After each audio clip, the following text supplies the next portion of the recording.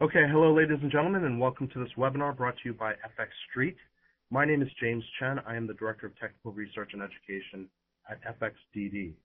Now, today I'm going to be talking about something a little bit different from what I usually talk about. If any of you have heard me before speak at a webinar or in person or seen any of my articles, you'll know that I usually stress trend following types of Forex strategies.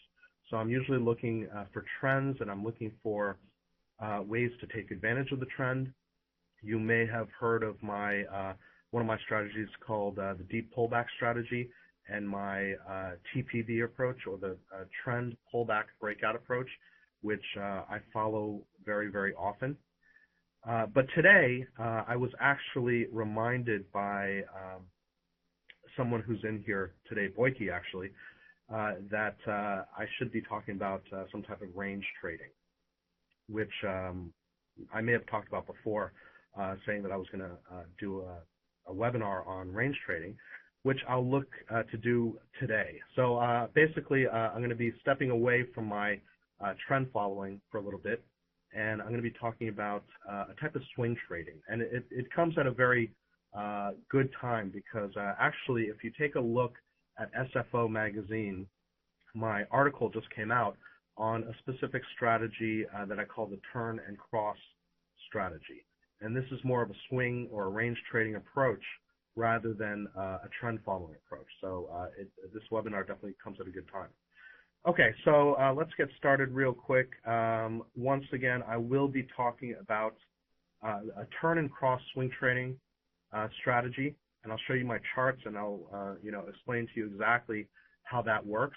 Now, the main thing about this is that it's not about the strategies.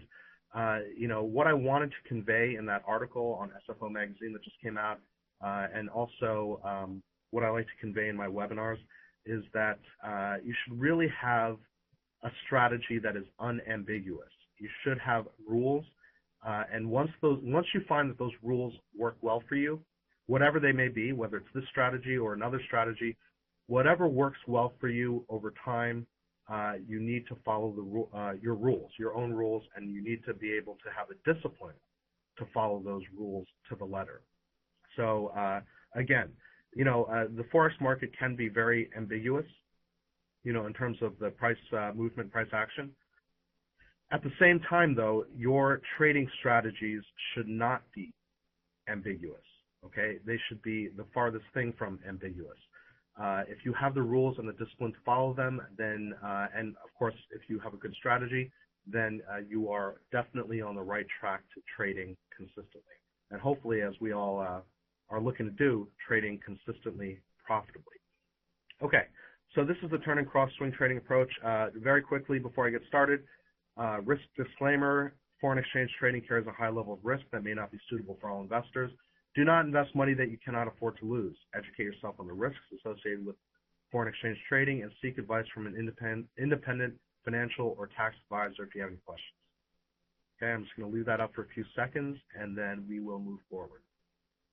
Okay, also, I haven't done a webinar at FX Street for quite some time. It's probably been about 2 months because I have been doing a lot of extensive traveling. So if any of you are not familiar with who I am or what I do, very quickly, my name again is James Chen. I am the Director of Technical Research and Education at FXDD. We are a global foreign exchange broker, and basically what I do is I do technical analysis and I do education, as my title would suggest. So I do a lot of webinars. I do a lot of traveling, especially in the last year. I've been traveling all over the world speaking. Also, I do, as much as I possibly can, technical analysis, daily technical analysis of the currency markets, where I give you, my outlook on the currency pairs. I've been an active Forex trader and analyst since the beginning of retail Forex, basically around year 2000, and I use primarily technical analysis. Prior to that, I was trading equities and futures. But really, since the retail Forex market came out, I've been almost exclusive on trading currencies. Also, if you have any questions, please feel free to type them in. I'd be more than happy to go over, to review and answer any questions that you may have. Connie, quick question: do you live in the States? Yes, I do. I live in New Jersey, actually. and I work in New York City. We are right at 7 World Trade Center in downtown New York City, and that's where our offices are. Okay, where do you see euro dollar? We'll talk about that in a minute. Okay, so I'm also a chartered market technician, or CMT, which is a designation for technical analysts. I'm a registered commodity trading advisor, or CTA, registered with the National Futures Association, and I publish daily and intraday currency analysis that you'll be able to see at fxdd.com, as well as many other places like FX Street and other places as well.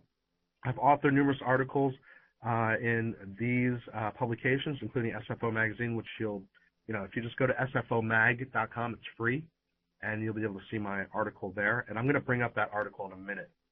Also, I'm quoted on a regular basis by Reuters, News, Dow Jones, Bloomberg, Associated Press, International Herald Tribune, as well as many others. And I'm the author of 2 books, Essentials of Foreign Exchange Trading and Essentials of Technical Analysis for Financial Markets. Also, I have a DVD set put out by FX Street, and that is high probability trend following in the Forex market. Okay, so that's enough about me. Let's get started real quick with the turn and cross strategy. Now, once again, most of the time I'm looking at the markets from a trend following perspective. I have many different strategies that take advantage of the trend. This particular one is not one of those strategies. This particular one is a strategy that looks to take advantage of turns in any type of market, whether it's ranging or it's trending. So you'll be able to find that we see a lot of range trading markets in all the currency pairs, and you could just as easily use this type of a trading strategy as you would a trend following strategy in a very strongly trending market. So this is all about looking for the turns and looking to take advantage of those turns. Now, that's how it differs from my trend following strategies. How it's very similar is that I always stress risk management, and you always want to be able to control and manage your risk, which is the most important part of any trading strategy. Now, that being said, I often talk about reward to risk ratios. Now, when I'm trading with the trend, for example, my deep pullback trading strategy, I'm looking for my reward or my profit target to be a multiple of my risk. When you're trading in a ranging market, it's harder to do that. So oftentimes I'll say, at least have a 1-to-1 risk-reward ratio, preferably better than that in terms of reward being higher. But when you are trading in a ranging or from a swing trading perspective, you can have a lower reward to risk ratio, but still I would stress that I always have at least a 1-to-1 reward to risk ratio. Okay, so let's get started real quick. Now, let me first go ahead and show you this article, just excerpts of the article. And again, you'll be able to find it on the internet at SFO magazine. Okay, so hopefully you can all see this. Now, this is the turn and cross strategy that I talked about. Very quickly, I'm just going to go through these 4 steps. You see 3 here. On another page, there's a 4th step. But this will explain it to you, and then I'm going to show you on the on a graphic, and then I'm going to show you on the charts how it works out on an hourly chart of some different currency pairs. Okay, and this is the on live charts. Okay, so number 1, you want to look for a stochastics turn. Okay, what does a stochastics turn mean to me? Well, first of all, a stochastics turn. I'm not a purely a stochastics trader. Stochastics to me is just a tool to help me pinpoint turns, to help me pinpoint recoveries of pullbacks, recoveries of turns. Okay, so that's how it helps me. So number 1, what we're looking for first in any type of and on any type of a chart, we're looking for a stochastics turn. Now, it's going to be slow stochastics, and what I use usually is 833 as a setting.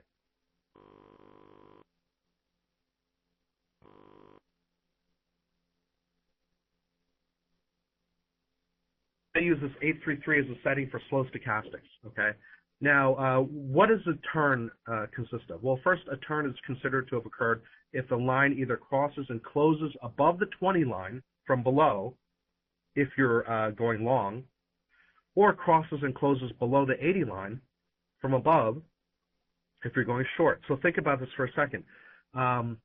If you're crossing above the 20 line from below, that means you're crossing above oversold if you're going long. If the stochastic is crossing, closing below the 80 line from above, that's crossing below overbought if you're going short. Okay. Now, when I talk about the stochastics, I'm talking about the main line only, not the signal line. So basically, what I do is I just make the signal line invisible. Okay, it's as easy as that. Okay, so first we're looking for a stochastic turn. Then what are we looking for? Number 2.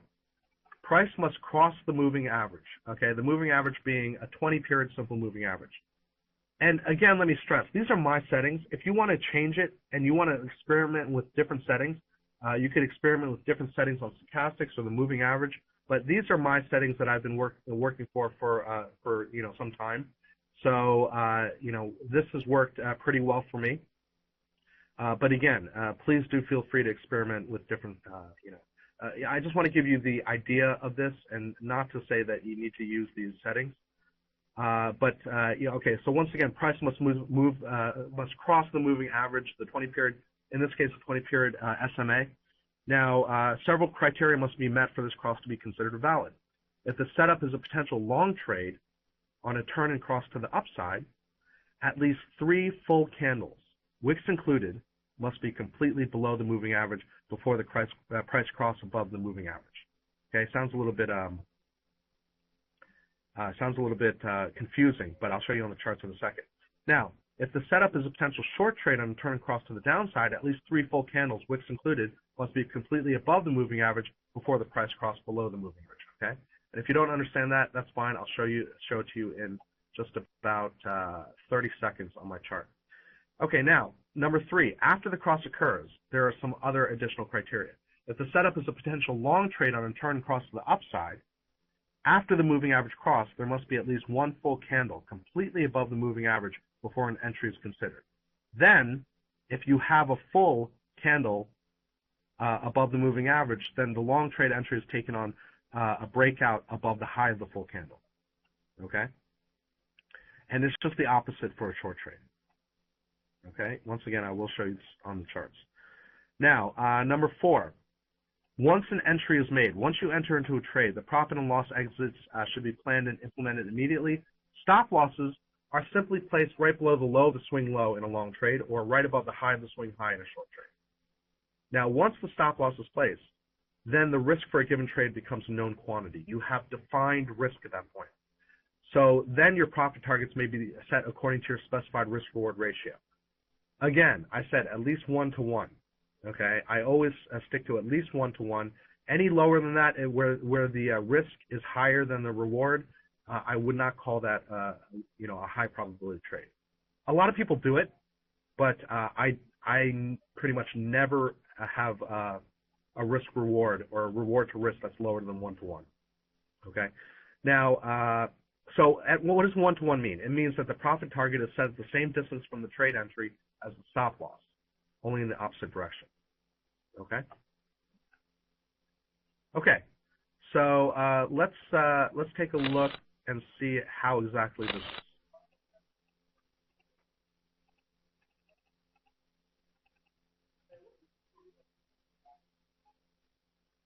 Okay. Yeah, let's take a look. All right, here's a quick illustration. This is the turn and cross swing trade.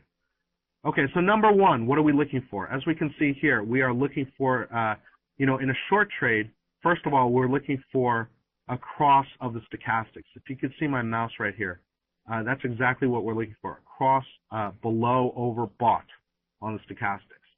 Once that occurs, that's an indication that perhaps there is a cross. There might be a cross to the downside. Okay, it's not saying that there is, but that's that's an indication that perhaps there might be.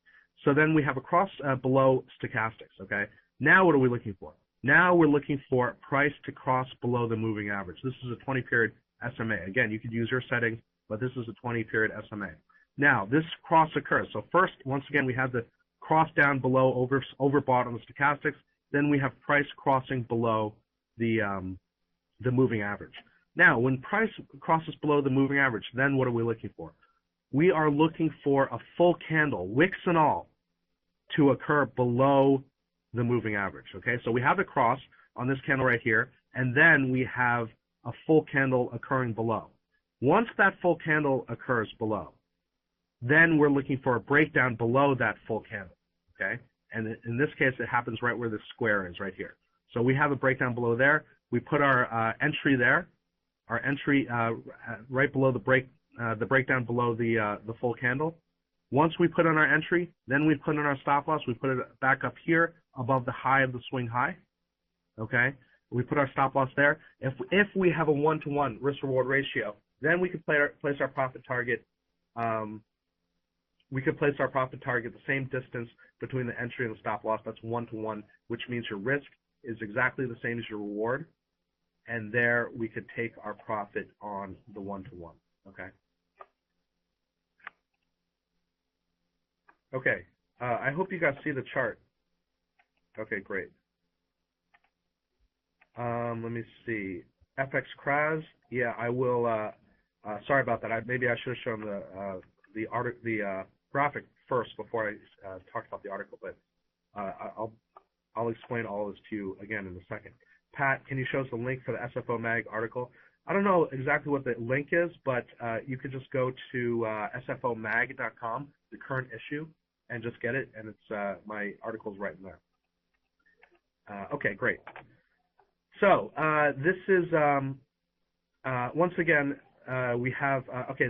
Let's move over to the right hand, to the right part of this chart, or the middle of this chart, where we see another potential opportunity here. Now, if we take a look here, first of all, what are we looking for? We're looking for a slow stochastics breakout above oversold. As we can see right here, it breaks out above the 20 level. Okay. Once that occurs, what are we looking for? We're looking for price to break out above the moving average. Okay. So in this case, it breaks out above the moving average.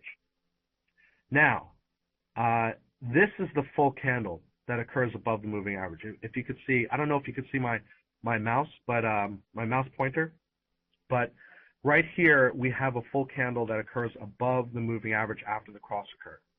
And this is also after the stochastics cross above oversold. Now we're looking for a breakout above that full candle, which occurs right here where the square is. Okay, so we have the breakout above the candle. We go along there.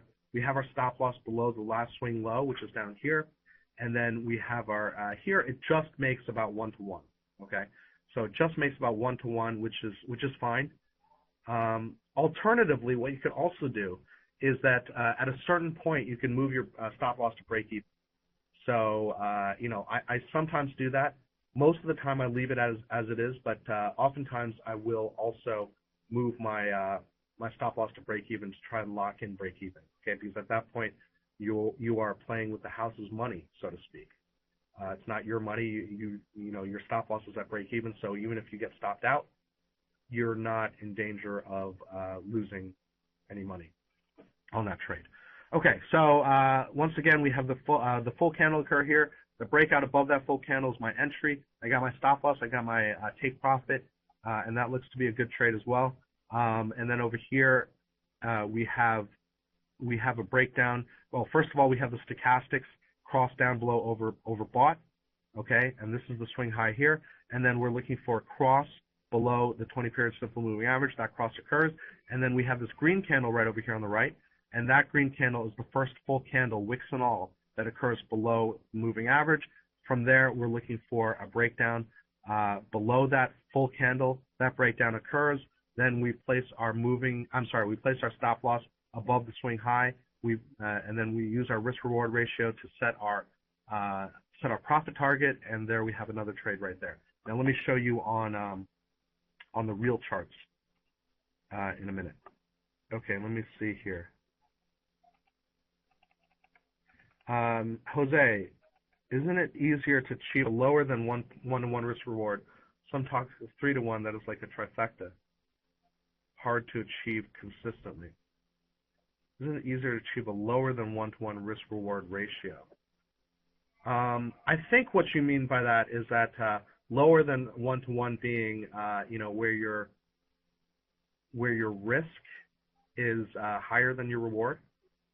If that's what you're talking about, then yeah, it is much easier to hit smaller reward, and when you have larger risk, it is. But I wouldn't recommend it, only because at that point you have to be very, very right in order to come out consistently net profitable.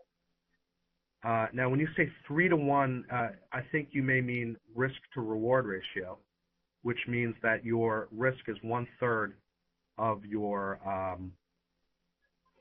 Your reward is 1/3 of your risk. If that's the case, that's very hard to achieve. Net.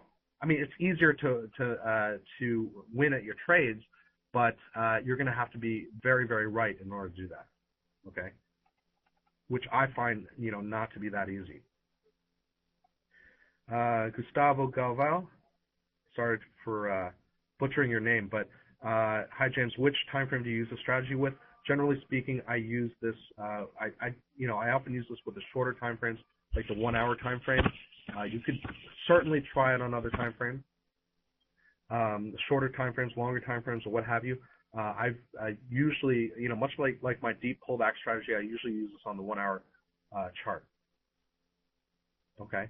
Now, one more thing before I get to my charts that I want to stress here is that you will have losses. Okay. And the one big thing that I always say is that your losses will occur, but you have to accept your losses. As long as over time your strategy is net profitable for you, your strategy has been giving you, either bigger wins to your smaller losses or more wins, over your losses or what have you. If it works for you, then you have to be able to accept your losses and not be upset about them. Okay. Losses are part of trading. You wouldn't have wins if you didn't have losses. So it's very, very important that you remember that. And let me go to the charts right now. Okay. Now, what are we looking for here? First of all, okay, we take a look. Let me redo this real quick. Okay, so hopefully you can see my charts now. Okay, so very simply, this is an hourly chart of euro dollar. This is a live chart. I'm going to show you a bunch of examples that I just outlined today, this morning. Here we have this is a live chart of euro dollar. I'm just going to go back a little ways. This is an hourly chart of euro dollar. Okay, so first of all, what are we looking for? We're looking for the stochastics cross. Okay. That stochastics cross occurs right here, okay? So it crosses down, wait a minute.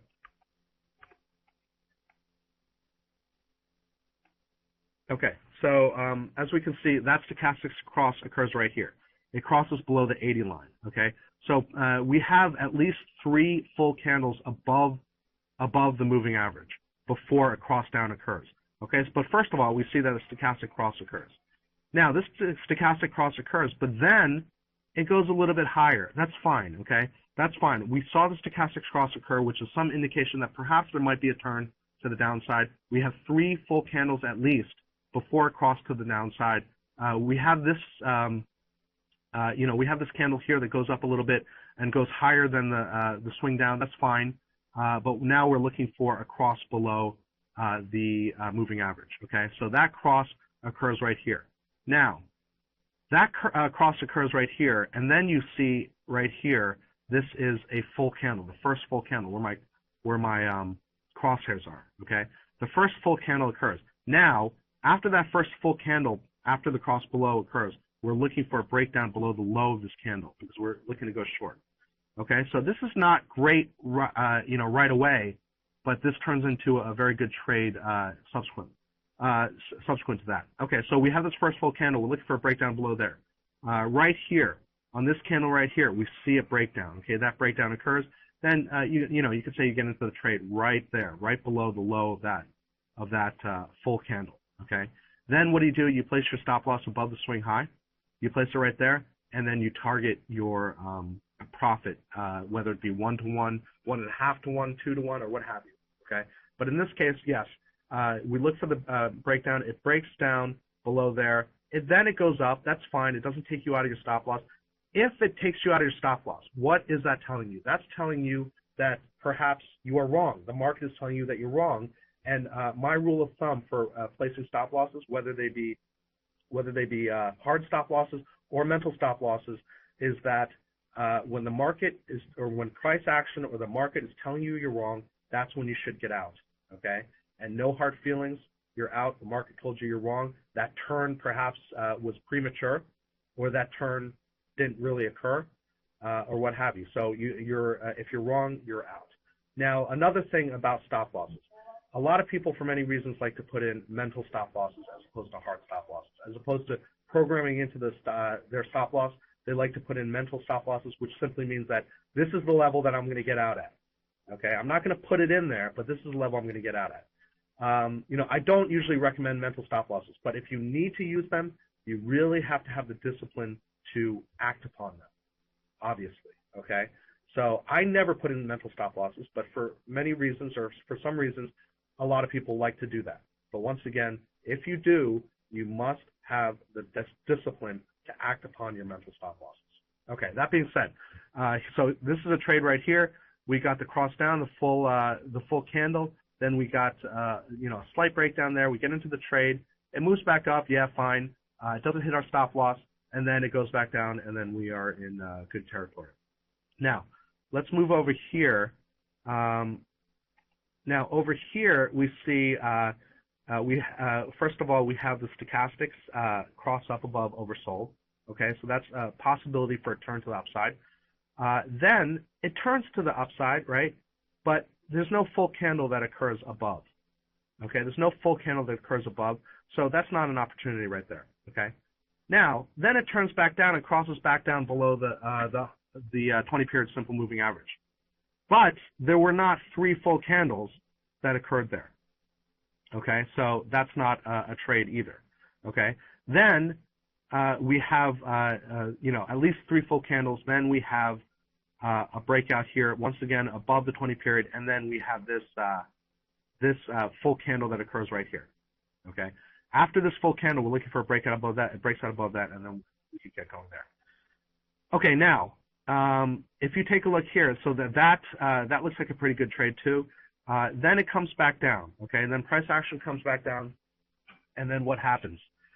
It comes back down. It has 3 full. There's a stochastics cross to the downside. Okay, that means there might be some kind of turn. Then it crosses below. Okay, this is the first full candle. Okay, right here, this red one, where this X mark is this red one is right here is the first full candle. Now we're looking for a breakdown below that first full candle. It doesn't occur. Okay, so that's not a trade either. Okay, now we go to the upside here. We break to the upside. Now, we have at least 3 full candles below. We have a stochastics cross, at least 3 full candles below the moving average. Then it crosses above the moving average. The first full candle to appear is right here, this red one. Okay, then it breaks out above that. Yes, it does go back down, but it doesn't take out a stop loss, and we could have a trade there as well. Okay, now right over here, we see that price action is above the moving average. Then it crosses down below the 80 stochastics, the 80 line on the stochastics. So that's an indication of a possibility of a turn. It turns to the downside. It breaks down below the 20-period moving average. First full candle is right here, this green one. Okay, then it breaks down below there. Our stop loss is right up here above the swing high. It breaks down below there, and that's a pretty good trade as well. Now it goes back down. Stochastics cross to the upside occurs.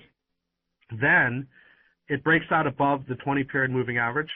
Okay, and then it breaks out above, and then first full candle is this long red candle right here. Usually this looks like sort of a shooting star candle with a possibility for a turn there. But in this case, what we're looking for is a breakout above this candle, above the wick of this candle, the high of the candle, and that occurs.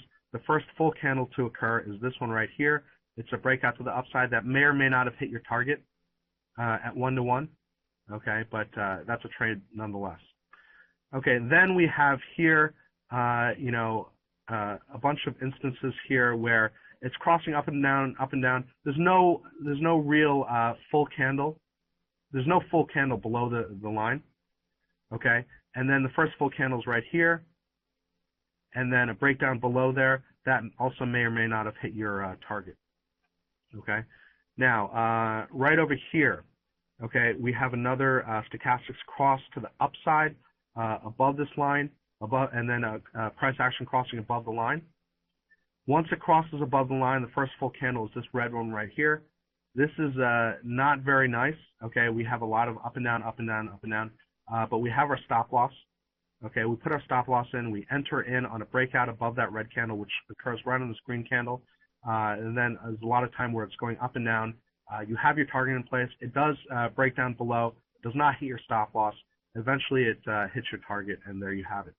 Let me take a look here. Okay, so moving on. This one is not really a trade, okay? Although this would have been a great trade. And again, the fact that you miss trades because you're following your rules, or the fact that you made trades that lost money because you followed your rules, is really irrelevant, okay? So you really should not put emotions in this just because, you either lost money on your trade or you missed a great trade because you were following your rules. That's fine. As long as your strategy has worked for you in the past, you've tested it, you've experimented with it, you researched it, and it's worked for you in the past, then I would be confident in following those rules, regardless of the fact that I have losing trades, regardless of the fact that I may miss great trades because I was following my rules. So very, very important there. Okay, so here, and I made this little square by accident because if you take a look here, there are not, you have a stochastics cross, but there are not three full candles below the moving average. Okay, so this would have been a great trade, but it wasn't according to the rules. Okay, if you take a look here, we have the stochastics cross to the downside, okay, which represents the turn. The turn occurs. There are at least three full candles above the moving average. Then our first full candle is this red one right here, okay? We're looking for a breakdown below that red one. That breakdown occurs, okay? And then if we take a look here, and we're moving towards the current time now, but we take a look here on, we have the stochastics cross to the upside, at least three full candles below, okay? Then we have a cross above the moving average. The first full candle, I would say, is this one right here. This red one right here, this little red one. Breakout above there, it breaks to the upside, and then from there we have some good profit. Okay, now here we see a loss, I believe. Let me see. So we have the stochastics cross to the downside, okay, and then and this is just a near miss. We have stochastics cross to the downside. It crosses down below the 200 period, the 20 period simple moving average. Then we have right here the breakdown below that. I'm sorry, the first full candle is a green one, so this is not actually a trade. Oh, I'm sorry, it is a trade. Okay, so we have this green candle right here. We're looking for a breakdown below that green candle. That breakdown occurs. You get into the trade. You would have lost money there because it goes back up. Actually, I'm sorry. I'm sorry. I'm a little bit confused here. Okay, so you wouldn't have lost money if you had kept your stop loss right up here above the high. Okay, so if it did not hit your target, you may have eventually lost money, but that might have been a trade nonetheless. Okay, let me take a look here. Okay, so now why do I have an X here? Well, first of all, the stochastics cross occurred, right? And it goes to the upside. The cross occurs to the upside, but there were not three full candles below the, below the moving average. And therefore that would not have been a trade, okay? Now also over here, why did I not put in a trade over here to go to the downside? Right down here, because the stochastics did not cross down. It did not even reach overbought. Okay. Okay. So coming into the most recent times, we have a stochastics cross below overbought. Okay, and then we have a cross down here first full candle is a green one, this would have been a losing trade. If you get in on a breakdown below this green candle, it doesn't quite hit your your profit target if you're at 1-to-1, and then eventually you probably get taken out of that trade right there. Over here we have a cross up above stochastics, and then it crosses the line here. First full candle is this one. Okay, breakout above that, that probably would have hit your target if you're at 1-to-1. The last trade that I see here was this one right here. Okay, so we have the stochastics cross. Okay, and then we have the first full candle. Well, first of all, we have at least three candles above. First full candle below, breakdown below there. That would have hit your target if you're at 1-to-1. Okay, Boyke, why must there be at least 3 full candles before the turn? That's one of what I call a filter to filter out bad trades. So, oftentimes you'll see that, it doesn't go. I'm looking for full turns, okay? So if there are not 3 full candles above or below before the cross, then for me, it doesn't look like a full turn, okay? So that's just one of the criteria I put in to limit my trades to what I consider higher probability trades as opposed to lower probability trades. Okay, so that's just one of the criteria. But, you could certainly try to take out that criteria or put in different criteria. That's really up to you, okay? Let me just show you a couple more. Okay, this is dollar-yen hourly chart. So, this is the most recent chart as well. Just some examples I put together. Okay, so, this is, we have a turn up here on the stochastics, okay, a breakout, a turn up above stochastics. Now, yes, we see that price goes back down, okay, that's fine though. We already saw the stochastics cross. Price did not cross the line before going back down, so that for me is still a valid trade. So it crosses up above the stochastics, even though it comes back down, it had not yet crossed above the moving average. But once it does cross up above the moving average, at that point, I'm looking for my criteria. It has at least 3 full candles below the moving average before crossing up above. And then our first full candle is this green one right here. We'll look for a breakout above that. And that is, a pretty good trade. And then over here we have a cross up above oversold. Okay, and then a breakout above that. First full candle is this one, and it breaks out above that. May or may not have hit your target. Eventually, probably would have if you're at 1-to-1. Okay, over here, same thing. Turn down to the downside, and then if you take a look here, it also did it here. Okay, it also turned down to the downside here. However, the first full candle was this green one right here, and there was not a breakdown below that green candle, so it popped back up. Over here, though, we see that it does. First full candles is this red one right here. We're looking for a breakdown below there. It breaks down below there, comes back a little bit, but then goes back down. Okay? And then there's just a bunch of other examples here as well. Same type of thing here. Same type of thing over here, and et cetera. And on dollar-yen, the last one that occurred was this one right here. Okay, so we have a cross up above oversold, which represents a turn. Okay, so that turn occurs, then it crosses up above the moving average line. This is the first full candle, and then a breakout above there would get you in a long trade. Stop loss down here, 1-to-1. It may or may not have already hit it, but that's the basic gist of it.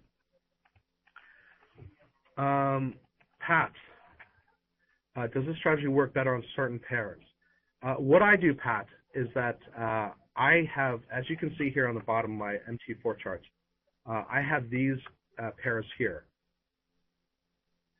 Basically 9 or 10 different currency pairs that I'm looking. These are the majors, some of the key crosses, semi-majors, etc. So I'm looking through those for potential opportunities on this turn and cross method.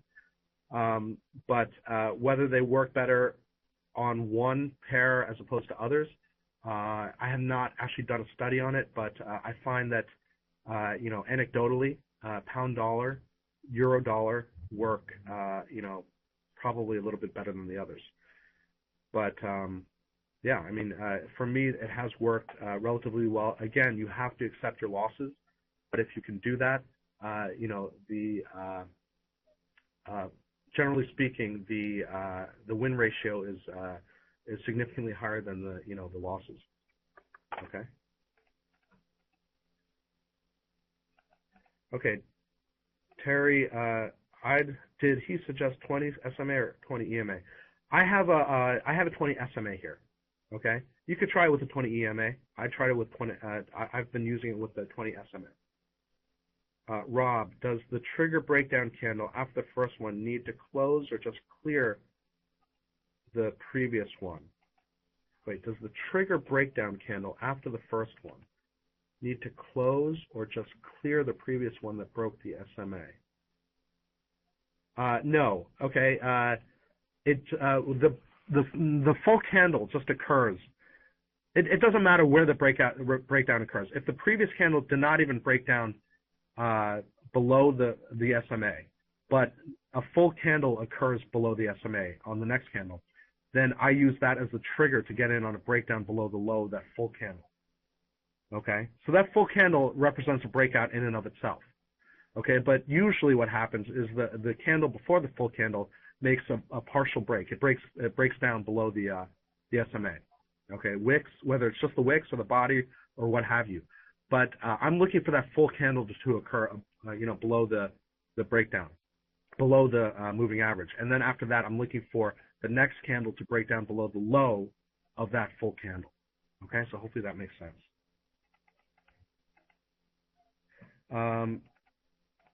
SLD, James, can we use RSI with lower setting? Yeah, absolutely. Definitely try it. I haven't used this with RSI, but definitely try it.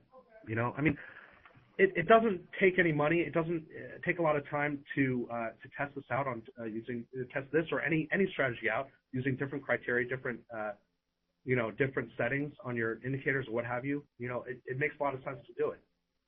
So definitely try it. Okay, great. I think I've run out of time here, just on time.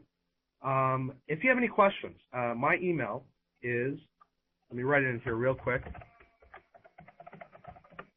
Okay, jchen@fxdd.com. Please feel free anytime to email me. Any questions you have about anything regarding Forex or trading, please feel free to contact me. And I would like to thank all of you for your time today and see you next time. Thank you very much.